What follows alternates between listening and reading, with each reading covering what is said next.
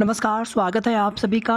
Added junior high school शिक्षक भर्ती को लेकर के बात करेंगे। इसके पहले यूपी में नई यूपी पीआरडी सुपरटेट वैकेंसी को लेकर के हमने आप सभी को एक जानकारी दी थी। हालांकि जब तक गवर्नमेंट की तरफ से वैकेंसी के लिए घोषणा नहीं कर दी जाती है तब तक कुछ भी कहना मुश्किल होता है। लेकिन यहाँ पर एक जो उम्मीद है, कुछ जानकारी मिलती है, उसके अकॉर्डिंग इसी वर्ष अंत तक नई प्राथमिक शिक्षक भर्ती उत्तर प्रदेश के अंदर देखने को मिल सकता है। लेकिन सीटों की संख्या उम्मीद से भी ज़्यादा कम रहने की उम्मीद है, यानी कि कंपटीशन काफ़ी ज़्यादा रहेगा। और वही आप सभी जानते हैं, बिहार शिक्षक भर्ती में TRE 3.0 के लिए एग्ज़ाम डेट और साथ में एग्ज़ाम की तैयारियों को लेकर के एक नई नोटिस जारी हुई है। साथियों, जहां मौका मिले आप लोग वहां पर कोशिश करके सबसे पहले एक नौकरी आपको पाना है। उसके बाद बाकी अगर इस भर्ती में हो जाए, एडेड जूनियर हाई स्कूल शिक्षक भर्ती में, तो उससे अच्छा क्या हो सकता है। अपना स्टेट हो, अच्छी सैलरी हो। ये बीपीएससी की तरफ से नोटिस आई हुई है बिहार शिक्षक भर्ती को लेकर के, एग्जाम कराने को लेकर के 1 से 5, 6 से 8, 9 से 10 और 11-12 को लेकर के आवासन उपलब्ध कराने के संबंध में 10 और 11 जून को संभावित है पुनर्परीक्षा का आयोजन। इसमें जिला स्तर पर परीक्षा केंद्र की आवश्यकता है और जिला स्तर पर ही परीक्षा केंद्रों से आवासन पूर्ण नहीं हो पाता है तो अपने जिला अंतर्गत अनुमंडल से भी आवासन की व्यवस्था की जा सकती है। तो आवासन को लेकर के है, इसमें ग्रेडिंग के अनुसार उनकी सूची मांगी गई है। और यही नहीं, आप देखेंगे कि पूरी कोशिश इस बार होगी कि परीक्षा पूरी तरीके से शांतिपूर्ण और सुव्यवस्थित, कदाचार रहित कराई जाए। तो आप में से जिनका भी एग्ज़ाम हो, आप लोग तैयारी अच्छे से करते रहिए। पेपर का लेवल बहुत अच्छा रहता है और कट ऑफ भी ठीक ठाक देखने को मिल सकता है। अगर पूरी तरीके से पारदर्शी तरीके से पेपर हो, जिसकी उम्मीद हम लोग करते हैं, तो निश्चित रूप से कट ऑफ थोड़ा सा कम रहना चाहिए। फिर भी हम लोग यहाँ पर एक एवरेज कट ऑफ मान करके चलेंगे, यानी आपकी तैयारी अच्छी रहनी चाहिए।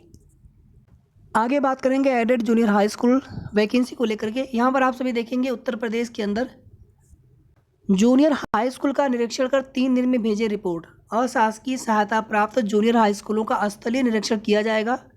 बेसिक शिक्षा के अंतर्गत 3 दिन की बेहतर निरीक्षण आख्या महानिदेशक को भेजनी होगी। गूगल फॉर्म पर फीड होगी निर्धारित बिंदुओं पर आख्या।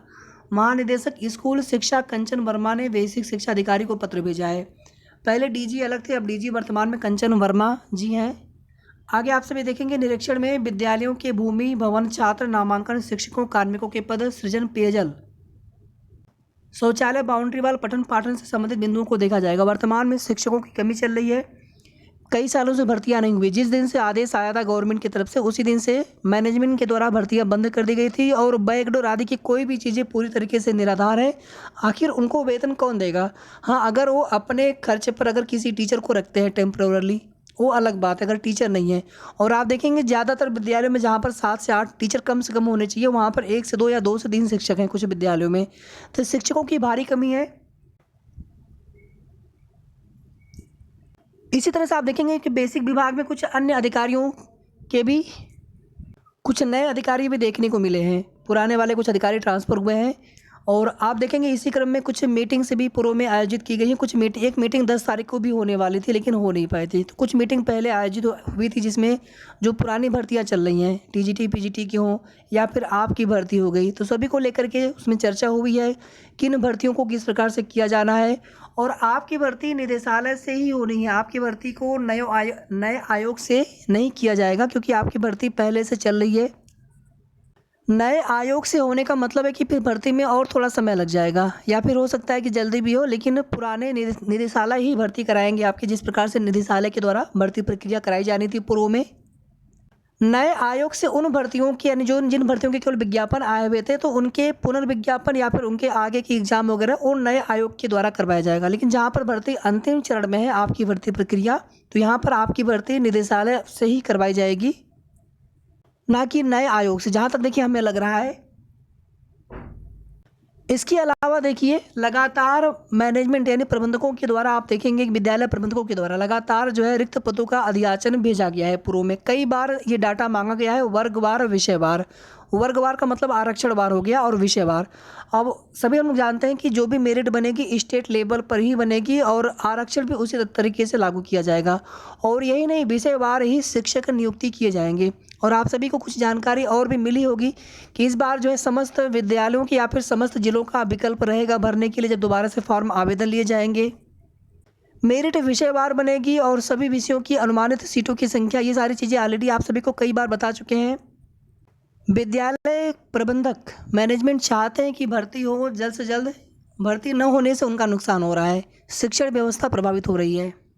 जून फर्स्ट वीक तक आचार संहिता रहेगी और आचार संहिता के तुरंत बाद भर्ती में शासनादेश आने की उम्मीद रहेगी। हालांकि इसके पहले फरवरी में भी आप देखेंगे कि लगभग 1-1.5 महीने का समय था, लेकिन उसमें चीज़ें डिसाइड नहीं हो सकी थी, तो उसी में समय निकल गया पूरा। और उम्मीद है कि इसी दौरान जो इस समय आचार संहिता चल रही है, अब हर दिन अधिकारी व्यस्त तो रहेंगे नहीं, जिन जिन चरणों में चुनाव होना है उसी के हिसाब से उनकी ड्यूटी रहती है, उसी तरह से उनकी व्यस्तता होती है। तो उम्मीद है कि इसी आचार संहिता, इसी चुनाव के दौरान सारी चीज़ें क्लियर कर ली जाए। हालांकि निरंतर कोशिश करते रहने की आवश्यकता है। और सीट वृद्धि को लेकर के भी साथियों, संगठित होकर के आप सभी को अपने स्तर से कोशिश करने की आवश्यकता होती है। हम केवल किसी के भरोसे न बैठे रहें, वो अपनी कोशिश करेंगे, लेकिन आप सभी की एक अपनी जिम्मेदारी बनती है। आप अपने स्थानीय जनप्रतिनिधियों के माध्यम से या फिर जिस प्रकार से भी आप प्रयास कर सके, आप सभी को निरंतर कोशिश करते रहना है। इस समय तो मुख्यमंत्री जी से भी मुलाकात कर पाना संभव नहीं है, आचार संहिता लगी हुई है। नहीं तो पहले जनता दरबार लगा करता था, वहाँ पर कुछ अभ्यर्थी कई बार गए हुए थे भर्ती को लेकर के या सीट वृद्धि को लेकर के, यहाँ पे भर्ती जल्द पूरी हो इसको लेकर के, और कोर्ट वाला मैटर भी था उस टाइम पे। अब कोई नया पेज फिर से भर्ती में ना आए, इस बात का भी डर सभी को सता रहा है। हालांकि जो भी पूर्व वाला सिंगल बेंच का कोर्ट ऑर्डर है वो पूरी तरीके से क्लियर है, सरकार के और आप सभी अभ्यर्थियों के पक्ष में आया हुआ है। पिटिशनर के पक्ष में फैसला नहीं गया है, वहाँ पर उनकी त्रुटियाँ मानी गई हैं। तो यहाँ पर संभावना तो बहुत कम रहेगी कि आगे अब भर्ती में कोई समस्या उत्पन्न हो, लेकिन फिर भी चीज़ें जिस तरीके से हैं और सभी को अपने न्याय के लिए संघर्ष करने का अधिकार है। लेकिन यहाँ पर जो अभ्यर्थी 90-97 पास है और जिनके गुणांक ठीक ठाक है, जिनको उम्मीद है कि हमारा इस भर्ती में हो सकता है, तो वो यही चाहेंगे कि भर्ती प्रक्रिया जल्द शुरू होकर के कंप्लीट हो। साथियों, आप सभी से एक विनम्र निवेदन है, जो भी हमारे लखनऊ के आसपास के साथी हों, आप लोग प्लीज़ थोड़ा सा सक्रिय हो जाइए। अगर हमारी बात आप सभी तक पहुँच रही हो, ये निवेदन है, और ये निवेदन हमने ऐसे नहीं किया है, आप सभी से कुछ सोच समझ कर के यहाँ पर कर रहे होंगे। तो आप सभी से रिक्वेस्ट है कि आप लोग अब जो है निरंतर अधिकारियों से मिलते रहें। अगर आप पूर्व में भी मिल रहे थे तो उसी प्रक्रिया को आपको आगे बढ़ाना है, लगातार आपको अधिकारियों से मिलते रहना है। बहुत बड़ी भर्ती नहीं है और एक ही चीज़ पर कितनी बार डिस्कशन किया जाएगा। अब तो लगभग सारी चीज़ें क्लियर हो गई होंगी, स्पष्ट हो गई होंगी।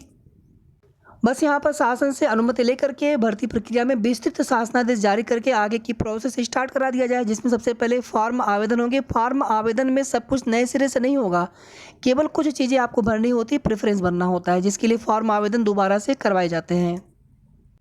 जिनसे आपकी मेरिट बन रही है, तो उन जो भी नंबर वगैरह आपके होते हैं उसमें भी कोई भी उसमें चेंजेस या कोई भी बदलाव आप नहीं कर पाएंगे, और ना ही आपका वो गलत होना चाहिए आपके फॉर्म आवेदन में। उसके अलावा कोई अन्य त्रुटि होती है तो वो त्रुटि चल जाती है, लेकिन जहाँ से मेरिट प्रभावित हो ऐसी त्रुटि नहीं होनी चाहिए। और आप सभी साथियों से निवेदन है, विशेष करके हमारे लखनऊ के जो आसपास के साथी हो या फिर प्रयागराज के भी, आप लोग निरंतर अधिकारियों के संपर्क में रहें, उनसे निवेदन करते रहें। इसी तरीके से सीट वृद्धि को लेकर के भी जो भी अभ्यर्थी अपने स्तर से आप सभी कोशिश कर सकते हैं, आप लोग जरूर कोशिश करिए। और बिहार शिक्षक भर्ती के लिए आपका एग्जाम लगा हो तो आप उसकी भी तैयारी करते रहें साथ में।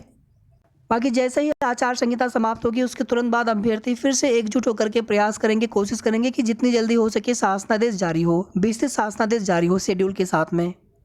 तो कुल मिलाकर के इतनी ही अपडेट थी एडेड जूनियर हाई स्कूल शिक्षक भर्ती को लेकर के, यूपी पीआरटी को लेकर के। पहले भी हमने एक वीडियो अपलोड किया हुआ था इसके पहले, और बिहार शिक्षक भर्ती को लेकर के जो नई नोटिस जारी हुई है, आगे की जो भी जैसे भी अपडेट मिलेगी आप सभी को समय समय पर उसकी जानकारी देने का प्रयास करेंगे। तब तक आप सभी अपना ध्यान रखें, तैयारी करते रहें, और वीडियो को आप लोग प्लीज़ लाइक शेयर, और अगर आपने अभी तक चैनल को सब्सक्राइब न किया हो तो सब्सक्राइब भी कर लीजिएगा। धन्यवाद।